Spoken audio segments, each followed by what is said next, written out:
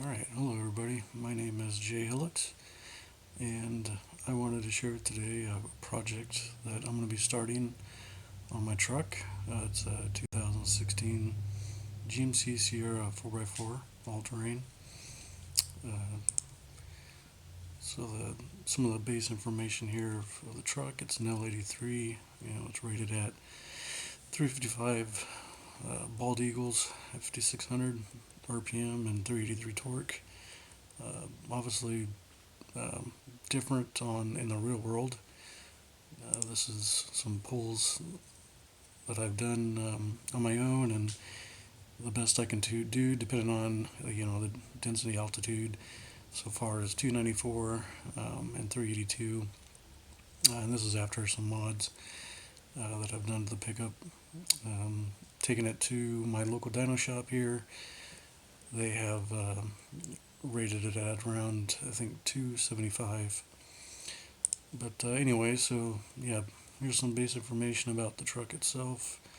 It does have the 8L90 transmission, and let me jump into what I've done to this so far.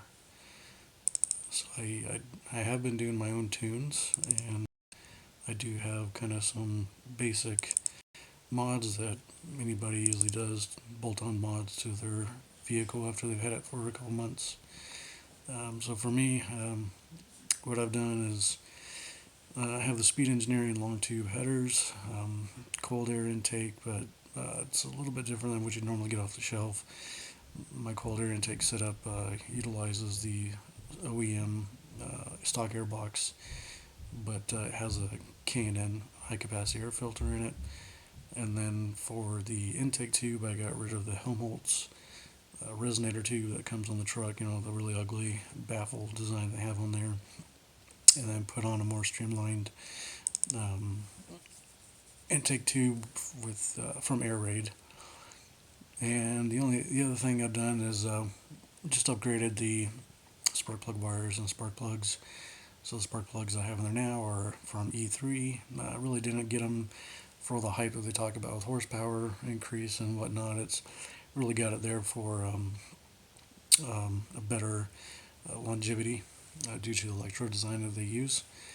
And they do proclaim that it does produce a little bit of a better flame kernel and earlier combustion chamber flame propagation. So hopefully it does help out, but really was just mainly used it for the durability, the long lasting part of the design.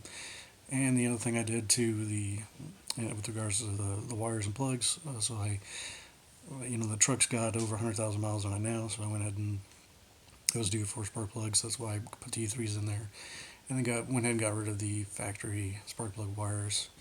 So right now I have MSD spark plug wires on it. Again, not really expecting to get any horsepower gains from that, but just wanted something a little bit better than what the factory has to offer. So yeah, that's pretty much the basic mods I have on it now. Headers, cold air intake, plugs and wires. After I did the basic modifications to the vehicle, I went into the ECM and was trying to squeeze out as much as I can in terms of better horsepower, more horsepower and torque, using HP tuners. And we'll kind of go into a little bit more about tuning in this series. But for basic tune, it's what I did was the volumetric efficiency tuning from the math perspective, speed density, and once I got those dialed in, also went ahead and did some tuning in the timing. So I do run the vehicle with the 93 octane all the time. So taking advantage of the higher octane, put some more timing advance into that. So with those basic mods and the tuning, still haven't really got anywhere close to what the factory is saying I should be getting, which is 355. But granted, this is most likely at the crank, and I'm seeing, and I'm measuring it at the rear wheel, so expecting to see, especially the 4x4, probably 20% loss through the drivetrain. So right now, pushing 294. So that's a little bit of background on the vehicle and what I've done to it so far. How about we get into what I plan on doing with the truck? So, um, I was thinking about going down the road of uh, different intake, maybe swapping out for an L86 intake, a larger throttle body, or maybe an LT1 intake with a larger throttle body, new cam, and going down that road. Looking at the cost of those products and kind of what you get out of it. Really, it's while it seems to be interesting to do, just the bang per buck is just not really there.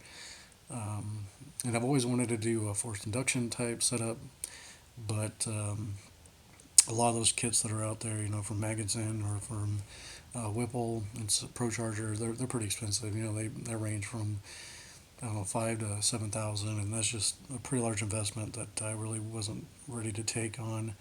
So what I decided to do is there's a couple of videos out there that shows um, another method of forced induction, and I really wasn't interested in turbo, but mainly for supercharging, and I was utilizing the LT4 Supercharger. So that's what we're going to be tackling in this series is going into how to install an LT4 Supercharger on an L83 pickup.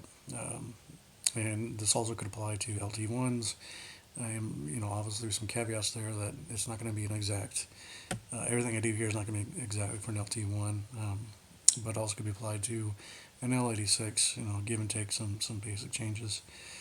But yeah, so that's basically my introduction to this project and to this series, and kind of the plans that I have for the vehicle and what I'm expecting to do in this project.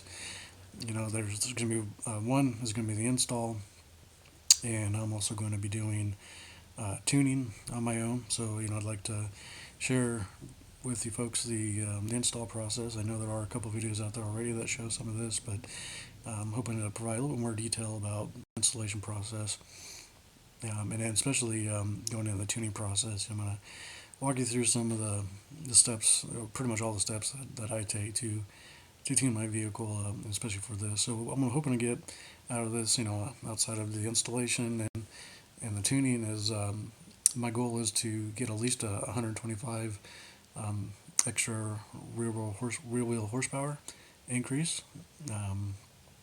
So I'm hoping to it'd be great if I can do more than that, but I set my sights too high. So looks like a lot of folks out there that the kits that they sell out there, they're in terms of the LT4 kits, they're usually they claim around 125 minimum gain with the stock fuel system, and that's what I'm shooting for right now. So yeah, this I'll keep this short and quick for now, and hopefully you join me on the next video. Thank you.